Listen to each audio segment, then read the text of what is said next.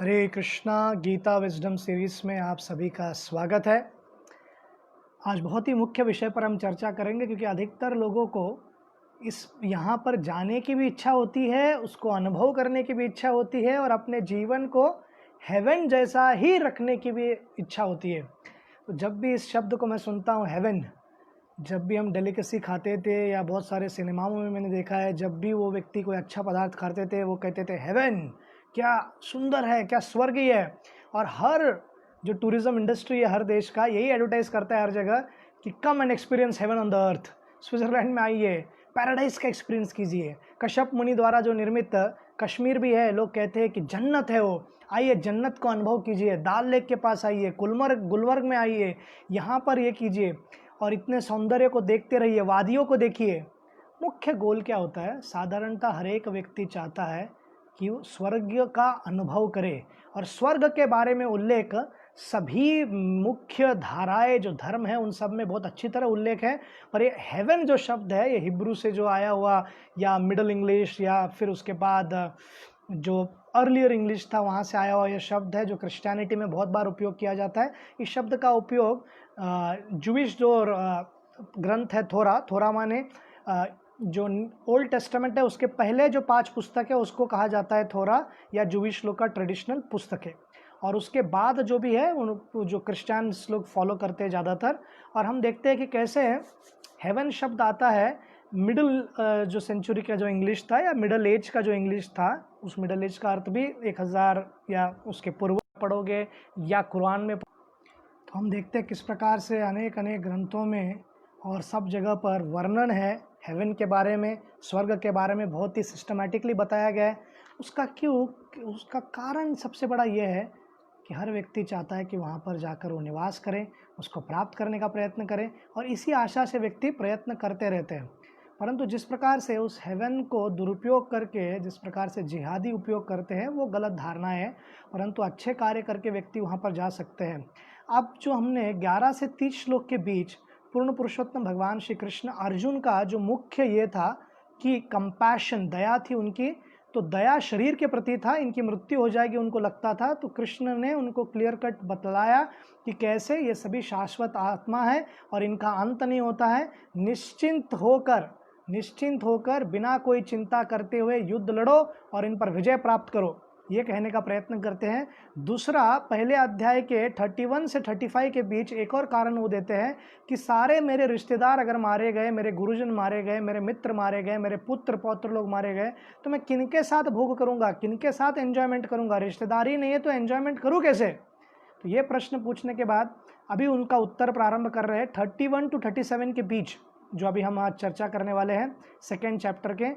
वहाँ पर systematically Krishna establish करते हैं कि किस प्रकार से युद्ध लड़ने से आपको आनंद मिलने वाला है, युद्ध से हटने से नहीं। और 31 श्लोक में कहते हैं कृष्ण, स्वधर्मम अपि चावेक्ष न विकंपतुम अर्हसि धर्म्यादि युद्ध श्रेयो अन्यत क्षत्रियस्य न विद्यते। वो कहते हैं कि किस प्रकार से क्षत्रिय होने के नाते अपने विशिष्ट धर्म को करते हुए तुम्हें जानना चाहिए कि धर्म के लिए युद्ध करने से बढ़कर तुम्हारे लिए अन्य कोई कार्य नहीं है। अतः तुम्हें निसंकोच होकर युद्ध में लड़ना चाहिए। और इस प्रकार श्रील प्रभुपाद इस सुंदर तात्पर्य में बतलाते हैं कि कैसे क्षत्रिय शब्द का अर्थ है जो दूसरों की रक्षा करे हर परिस्थिति में, और ख़ास करके जो निर्बल है, जो निर्धन है और जो स्त्री है, फिर उसके बाद बूढ़े हैं, बच्चे हैं और गाय, इन सब की रक्षा करें। और यहाँ पर क्षत्रिय कभी कभी युद्ध में प्रैक्टिस करने के लिए शिकारी युद्ध में अच्छे से लड़ पाए इसलिए वो प्रैक्टिस करते थे और शिकार के लिए जाते थे। तो उसका भी वर्णन करते हैं श्रील प्रभुपाद की, जयपुर के राजा भी किया करते थे हाल ही के समय तक। तो 60 में लिख रहे श्रील प्रभुपाद, तभी का वर्णन कर रहे हैं। और ये यहाँ पर ये भी बतला रहे हैं कि कैसे एनिमल सैक्रिफाइस जो होता था, प्राणियों को बलिदान दिया जाता था, प्राणियों का उनको बलि चढ़ाया जाता था। तो उस प्रकार श्रील प्रभुपाद बतलाते हैं कि कैसे ये प्रैक्टिस बेसिकली देवी को प्रसन्न करने के लिए, जबकि देवी वैष्णवी है, उनको कोई रक्त और मांस की ज़रूरत नहीं, पर व्यक्ति को आवश्यकता है। इसलिए वैदिक सिस्टम में जो अपने नियंत्रण न कर पाए अपनी जीवा को, तो उनके लिए एक छूट दी गई थी कि अमावस्या के दिन काला रंग का प्राणी काली रात को, जो गांव के बाहर मंदिर हुआ करता था काली देवी का, वहां पर व्यक्ति कुछ मंत्र को बोलते हुए कि देखिए इस बार मैं आपको खा रहा हूं क्योंकि मेरे जीवा पर नियंत्रण नहीं है, अगली बार आप मेरे को इस प्रकार से कर देना, परंतु क्षमा करके वो इस प्रकार वो कार्य करते हैं। और हमको ये समझने की आवश्यकता है कि अगर लाल कलर ही बहुत पसंद है, तो हम जिस कॉलोनी में रहते थे वहाँ पर देवी का कालीबरी मंदिर होता है, काली देवी का, वहाँ पर लाल फूल, हिबिस्कस शायद उसको हिंदी में क्या कहते हैं, वो अर्पण किया जाता है और उनको वो अर्पण करते ही वो प्रसन्न हो सकती है। या और एक मार्ग है, जिनको अगर स्वर्ग की प्राप्ति नहीं करनी है तो क्ले का या मिट्टी का या आटे का या गोंद का बनाकर भी उस बलि दे सकता है उस प्राणी का। आपको इस सिस्टम समझने की आवश्यकता है। जो जीवात्मा ये जड़ शरीर में कोई अन्य प्राणियों में है, उसको तुरंत मनुष्य योनि में या स्वर्ग लोक में भेजा जाता था। तो जहाँ पर हमको स्वर्ग जाने का मार्ग हमारा क्या है, सैक्रिफाइस, ड्यूटी। जो व्यक्ति कर्तव्य ठीक प्रकार से करेंगे, अपना जो भी वर्णाश्रम का धर्म है या स्वधर्म है, एक है स्वधर्म और एक है पराधर्म। स्वधर्म माने हमको जो शरीर मिला है इस जगत में, जिस भी देश में, जिस भी कुल में, जिनके भी हम पुत्र है पुत्री है, जिनके भी हम माता पिता होने वाले हैं या है, उन सब का जो भी धर्म है, जो भी कर्तव्य अगर हम ठीक प्रकार से करें और पाप विहीन कार्य करें और पुण्य करते रहे, तो ये स्वर्ग जाने का ये मार्ग है। यह इसी तरह व्यक्ति स्वर्ग पर जा सकता है। और हम देखते हैं कि यहाँ पर एक शब्द पर श्रील प्रभुपाद लिखते हैं, न विकिंपितम और हंसी, जो कंपन हो रहा था, हिल रहे थे, काँप रहे थे। अर्जुन काँपने का कारण क्या है, हमने पहले अध्याय में भी देखा। उनका काँपने का मुख्य कारण है इंटरनल वीकनेस। आंतरिक जब उनकी कमजोरी आ गई तो एक्सटर्नली वो ऐसा लग रहा है कि वे काँप रहे हैं। तो इस प्रकार से उनके आसक्ति को देखकर कृष्ण उनको अनेक अनेक प्रकार के इंस्ट्रक्शंस दे रहे हैं। और ड्यूटी लीड्स टू हेवन।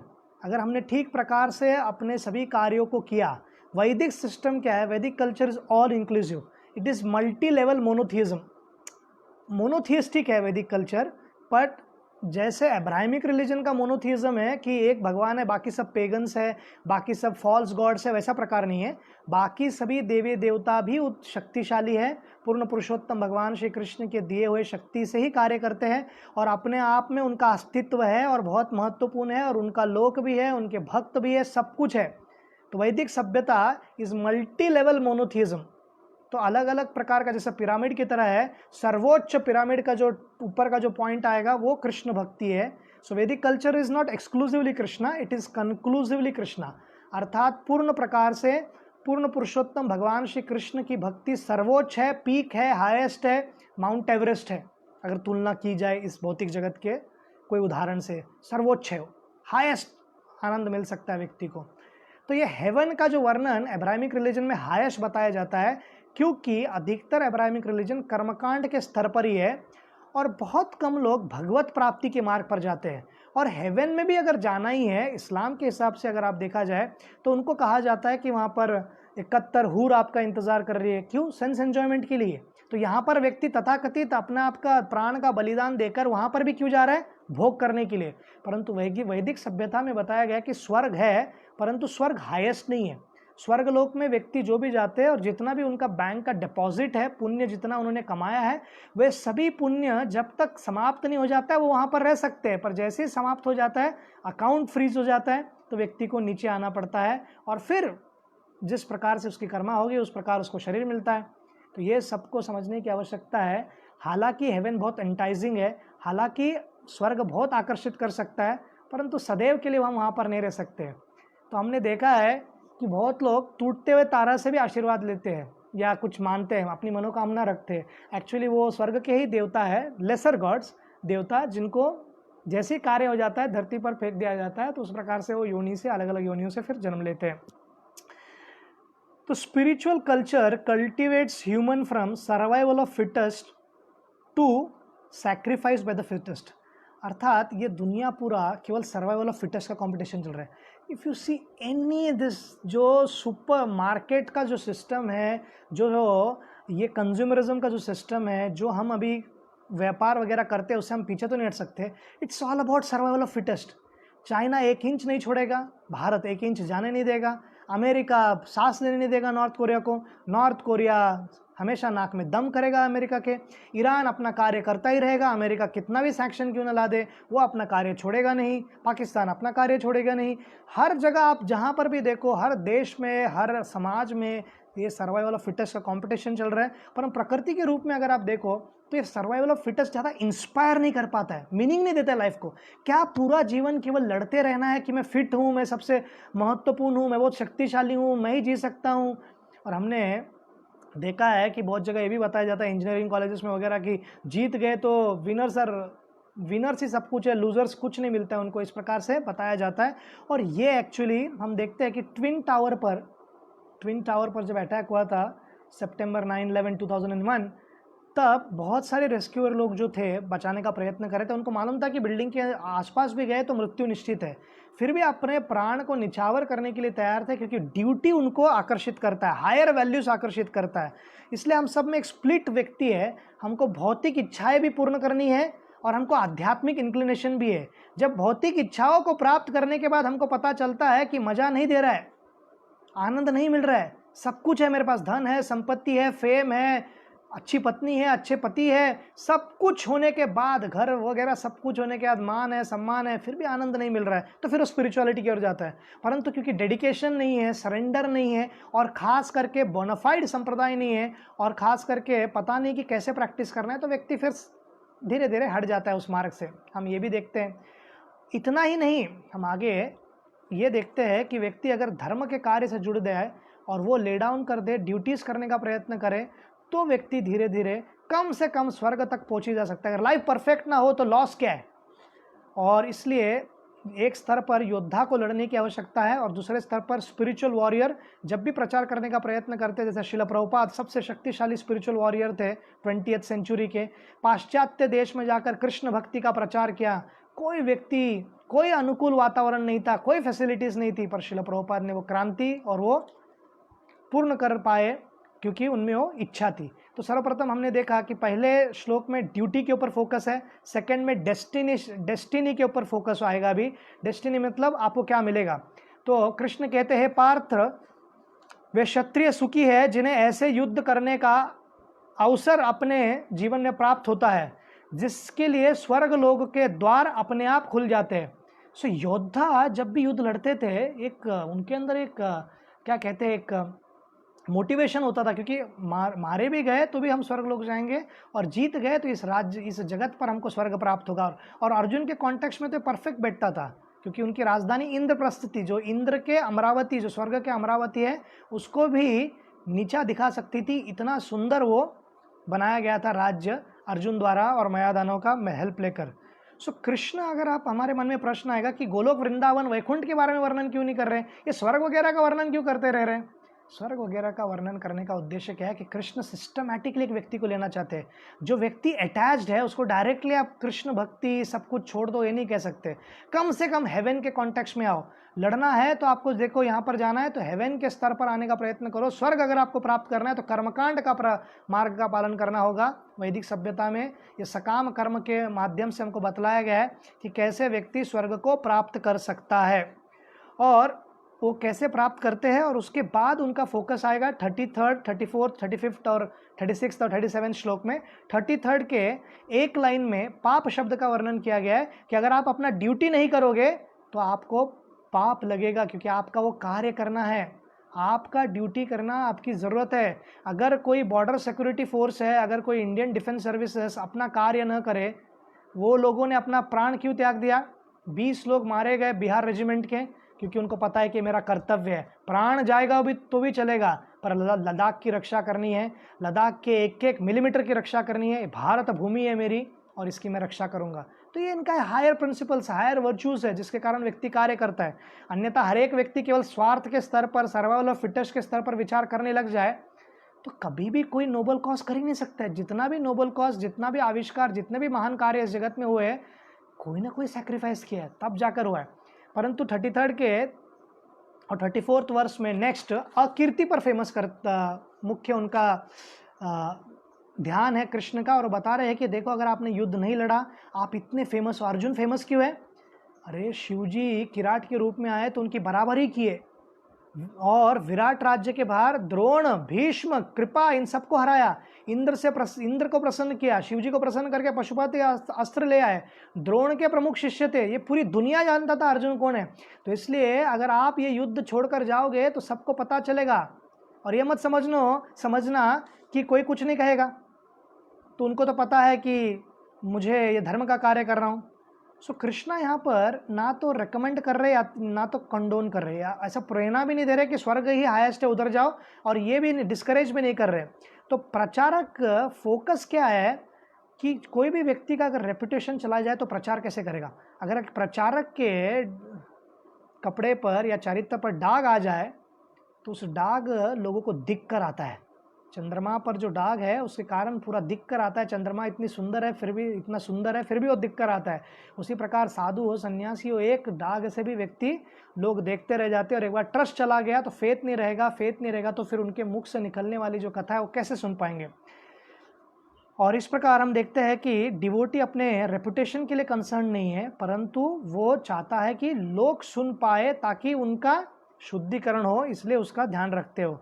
तो कृष्णा उनको बताते हैं कि कैसे आपको सब प्रकार का सम्मान मिला है, आप बहुत ही शोभित व्यक्ति हो, और जो जिसको ऑनर मिला है, जिसको रेस्पेक्ट मिला है, डिसऑनर वर्स देन डेथ हो जाता है। तो कृपा करके इस मार्ग पर आप जाइए मत। और आपको क्या लगता है, फिर अर्जुन विचार करते हैं और अर्जुन कहते हैं कि ठीक है, पर मैं तो धर्म का कार्य करूँ, वर्चू कर रहा हूँ, मैं त्याग करने वाला हूँ, मेरे बड़ों को नहीं मारना चाहता हूँ।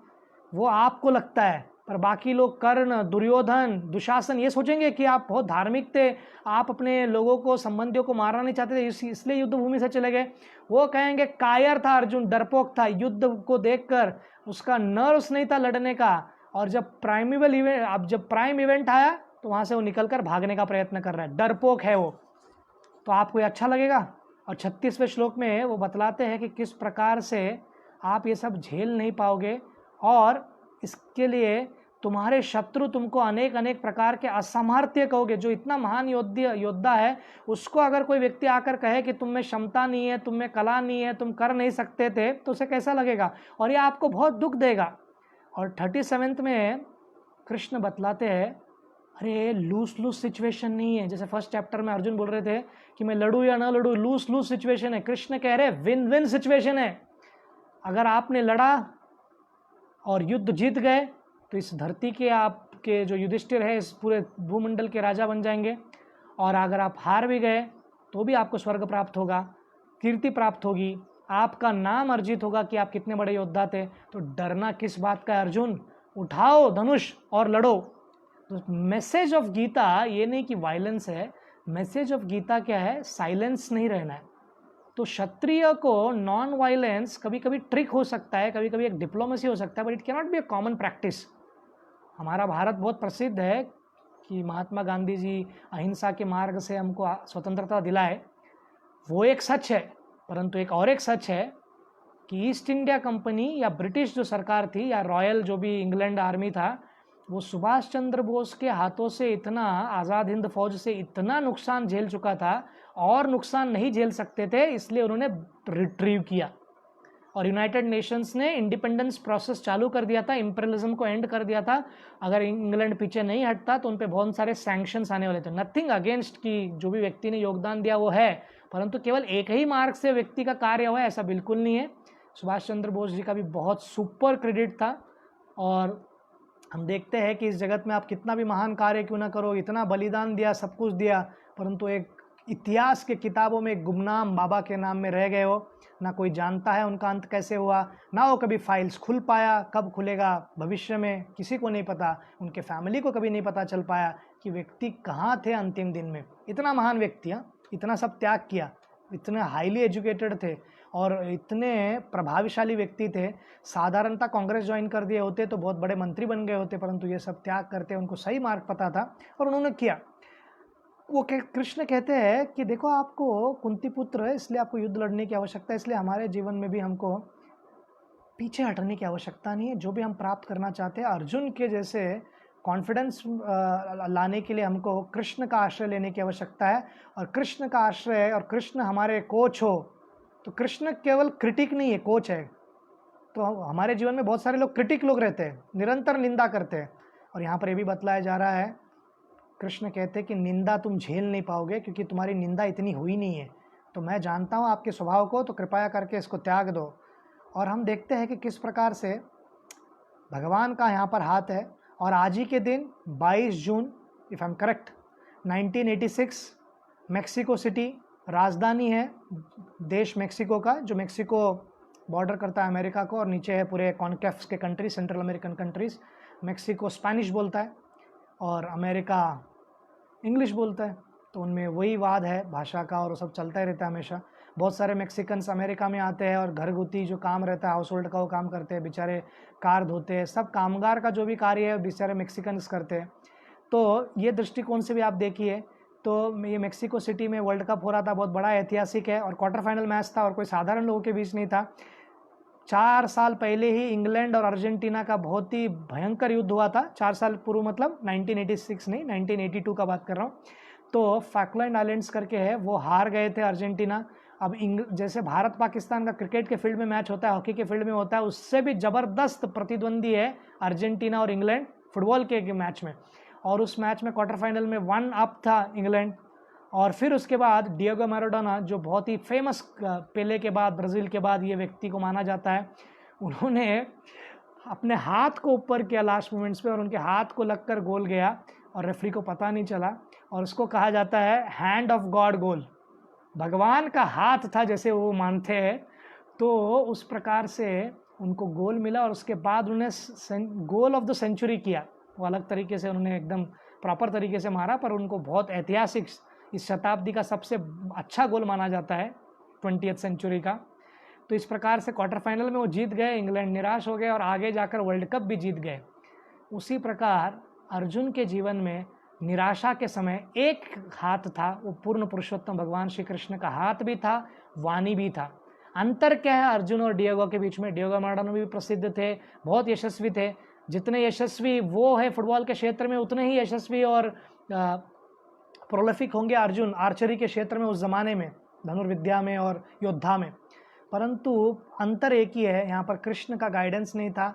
वो बहुत बार पकड़े गए अनेक अनेक प्रकार के ड्रग्स का सेवन करते हुए, बहुत बार उनके बैंकरप्सी आया उनके जीवन में, डिप्रेशन से वो गए। परंतु अर्जुन यहाँ पर डिप्रेशन में नहीं है, डाउट ज़रूर है, और वो डाउट कृष्ण ने ही क्रिएट किया है ताकि निमित्त मात्र बनाकर आने वाले जितने भी पीढ़ियाँ हैं उनसे वो सीख पाए। उसी प्रकार पूर्ण पुरुषोत्तम भगवान श्री कृष्ण हमको एक सुंदर सीख दे रहे हैं कि भगवान का हाथ हमारे पर सदैव होना चाहिए, और वो हाथ माने उनके मुखारविंद से निकला हुआ यह सुंदर भगवत गीता। अगर ये भगवत गीता हमारे जीवन में हो, सभी प्रश्नों का उत्तर हम ठीक प्रकार से प्राप्त कर सकते हैं। यहाँ पर हम धीरे धीरे बिल्डअप देख रहे हैं कि कैसे कृष्ण सिस्टमैटिकली जानते हैं कि अर्जुन का अभी आंसर क्या करना है। उनको ये लग रहा है कि मैं भोग नहीं कर पाऊंगा, मेरे जीवन में आनंद नहीं आएगा, युद्ध लड़कर आपको आनंद प्राप्त होगा ज़्यादा, और ये करने की आवश्यकता है। और इस प्रभु के मुखारविंद से ये सुंदर प्रवचन जो सुन रहे हैं या गीत सुन रहे हैं, अभी हम दूसरे अध्याय के 37वें श्लोक तक आए। अभी आगे कृष्ण और रोमांचक तरीके से अर्जुन को इस ब्रह्म से निकालने का प्रयत्न करेंगे, और इसको हम जानने का भी प्रयत्न करेंगे। और इसी प्रकार धीरे धीरे, क्रम बाय क्रम, simple, step by step, directly कुछ नहीं कर रहे, क्योंकि कृष्ण जानते हैं कि अर्जुन को कैसे उस स्तर तक लेके जाना है। तो भगवत गीता सिस्टमेटिकली व्यक्ति को इवॉल्व करता है, और फाइनली सर्वधर्मान परित्यज्य मामेकम शरणम व्रज, सरेंडर तक लेके आता है, शरणागत तक लेके आता है, जो हर जीवात्मा के संतुष्टि के लिए सबसे उत्तम और सर्वोत्तम मार्ग है कि हम शरणागत हो, ना कि इस जगत के इन लोगों से या इंद्रियों को शरणागत हो, परंतु पूर्ण पुरुषोत्तम भगवान श्री कृष्ण के। हरे कृष्णा।